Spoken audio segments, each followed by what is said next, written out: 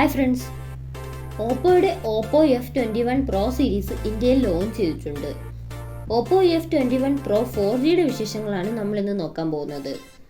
ഈ ഒരു ഫോണിന്റെ ഡിസ്പ്ലേ തന്നെ നോക്കുകയാണെങ്കിൽ 6.4 ഇഞ്ചിന്റെ full HD plus AMOLED display ആണ് കൊടുത്തിരിക്കുന്നത്. അതുപോലെ 90 ഹെർട്സിന്റെ റിഫ്രഷ് റേറ്റും കൊടുത്തിട്ടുണ്ട്. 120 ഹെർട്സിന്റെ ടച്ച് സാമ്പിളിംഗ് റേറ്റും ഈ ഒരു ഫോണിൽ സപ്പോർട്ട് ചെയ്യുന്നുണ്ട്.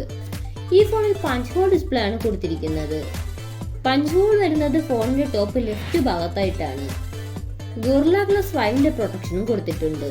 ഈ ഫോണിൽ in display finger print sensor ആണ് കൊടുത്തിരിക്കുന്നത്. ഓവറോൾ നോക്കുകയാണെങ്കിൽ അത്യാവശ്യം നല്ല ഡിസ്പ്ലേ ഫീച്ചേഴ്സ് ഒക്കെ ഈ ഒരു ഫോണിൽ കൊടുത്തിട്ടുണ്ട്. ഈ ഒരു ഫോണിന്റെ വെയിറ്റ് വരുന്നത് 175 ഗ്രാം ആണ്. Thickness 7.49 mm. IPH4 സപ്പോർട്ട് ചെയ്യുന്നുണ്ട് ഈ ഫോണിൽ. 2 കളർ വേരിയൻസിലാണ് ഈ ഒരു ഫോൺ വരുന്നത്, cosmic black and sunset orange. ഇനി പ്രൊസസ്സറിന്റെ കാര്യം നോക്കുകയാണെങ്കിൽ സ്നാപ്ഡ്രാഗൺ 680 എന്ന ഒരു പ്രൊസസ്സറായിട്ടാണ് ഈ ഒരു ഫോൺ വരുന്നത്. ഇതൊരു ഗെയിമിംഗ് പ്രൊസസ്സറൊന്നുമല്ല, എന്നാൽ നോർമൽ യൂസിന് ഈ ഒരു പ്രൊസസ്സർ ഓക്കെ ആണ്. എന്നാൽ ഈ ഒരു പ്രൈസ് റേഞ്ചിൽ ഈ ഒരു ഫോണിൽ ഈ ഒരു പ്രൊസസ്സർ ഓക്കെ ആണെന്ന് ചോദിച്ചാൽ അല്ല എന്ന് പറയേണ്ടി വരും.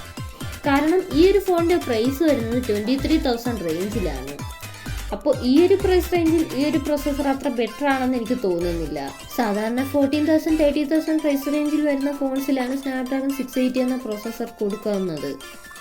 ആ ഒരു പ്രൈസ് റേഞ്ചിലായിരുന്നെങ്കിൽ ഓക്കെ ആയിരുന്നു. 23,000 പ്രൈസ് റേഞ്ചിൽ കൊടുക്കാൻ പറ്റിയ ഒരു പ്രൊസസ്സർ അല്ല ഇത്. പിന്നെ ഇതൊരു 5G ഫോണല്ല, ഇതൊരു 4G ഫോണാണ്. ഇനി സ്റ്റോറേജിന്റെ കാര്യം നോക്കുകയാണെങ്കിൽ 8GB 128GB എന്ന വേരിയന്റിലാണ് ഈ ഒരു ഫോൺ വരുന്നത്.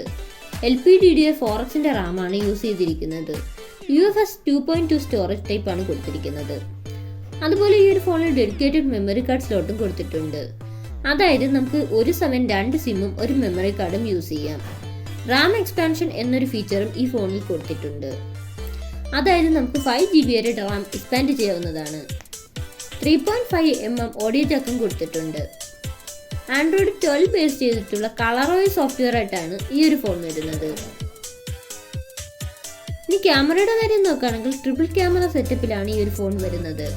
അതായത് 64 മെഗാപിക്സലിന്റെ മെയിൻ ക്യാമറയും 2 മെഗാപിക്സലിന്റെ ഡെപ്ത് സെൻസറും 2 മെഗാപിക്സലിന്റെ മൈക്രോസ്കോപ്പിക് ലെൻസും ആണ് ഈ ഒരു ഫോണിൽ വരുന്നത്. അൾട്രാ വൈഡ് ആംഗിൾ ലെൻസ് ഒന്നും കൊടുത്തിട്ടില്ല. ഈ ഒരു പ്രൈസ് റേഞ്ചിൽ അൾട്രാ വൈഡ് ആംഗിൾ ലെൻസ് കൊടുക്കാമായിരുന്നു. സാധാരണ ഈ ഒരു പ്രൈസ് റേഞ്ചിൽ വരുന്ന ഫോൺസിലൊക്കെ അൾട്രാ വൈഡ് ആംഗിൾ ലെൻസ് കൊടുക്കാറുണ്ട്, എന്നാൽ ഈ ഒരു ഫോണിൽ അത് കൊടുത്തിട്ടില്ല. ഇനി സെൽഫി ക്യാമറയുടെ കാര്യം നോക്കുകയാണെങ്കിൽ 32 മെഗാപിക്സലിന്റെ സെൽഫി ക്യാമറയാണ് ഈ ഒരു ഫോണിൽ കൊടുത്തിരിക്കുന്നത്. അത് സോണി IMX709 എന്ന സെൻസറാണ് കൊടുത്തിരിക്കുന്നത്. ഇനി ബാറ്ററിയുടെ കാര്യം നോക്കുകയാണെങ്കിൽ 4500 mAh ബാറ്ററിയാണ് കൊടുത്തിരിക്കുന്നത്. 33 വാട്ടിന്റെ ഫാസ്റ്റ് ചാർജിങ്ങും ഈ ഫോണിൽ സപ്പോർട്ട് ചെയ്യും. ടൈപ്പ് സി ചാർജിംഗ് പോർട്ടായിട്ടാണ് ഈ ഫോൺ വരുന്നത്. ഈ ഒരു ഫോണിന്റെ പ്രൈസ് വരുന്നത് 22,999 ആണ്. ഓവറോൾ നോക്കുകയാണെങ്കിൽ നല്ല സെൽഫി ക്യാമറയൊക്കെ ഈ ഒരു ഫോണിൽ കൊടുത്തിട്ടുണ്ട്. അത്യാവശ്യം കുഴപ്പമില്ലാത്ത ഡിസ്പ്ലേ ഫീച്ചേഴ്സും ഒക്കെ ഈ ഒരു ഫോണിൽ കൊടുത്തിട്ടുണ്ട്. ബാറ്ററിയും കുഴപ്പമില്ല, പക്ഷെ പ്രൊസസ്സറിന്റെ കാര്യത്തിൽ അത്ര ബെറ്റർ ആയ ഒരു പ്രൊസസ്സർ ആണെന്ന് എനിക്ക് തോന്നുന്നില്ല. ഇതിനേക്കാൾ ബെറ്റർ ആയിട്ടുള്ള ഒരു പ്രൊസസ്സർ കൊടുക്കാമായിരുന്നു. ഈ ഒരു പ്രൈസ് റേഞ്ചിലുള്ള ഫോൺസിന് പറ്റിയ പ്രൊസസ്സർ അല്ല ഈ ഒരു ഫോണിൽ കൊടുത്തിരിക്കുന്നത്.